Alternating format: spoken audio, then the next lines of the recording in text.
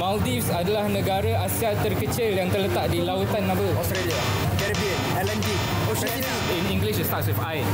Indian Ocean. Okay, 1-0. Those are Indian, you know. Pulau Perhentian dan Pulau Redang terletak di negeri mana? Pahang.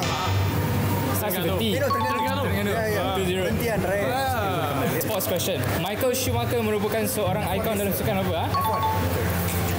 Lewis Hamilton lah. The question apa finisher? Hafal.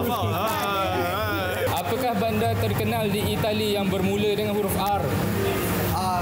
Rome. 3-1. Apakah nama alat yang kebiasaannya sepanjang 12 inci dan digunakan untuk mengukur panjang atau... CM, right? Okay, 4-1. Dalam filem animasi Finding Nemo, karakter Nemo adalah ikan jenis apa? Clownfish. Sister was at every day.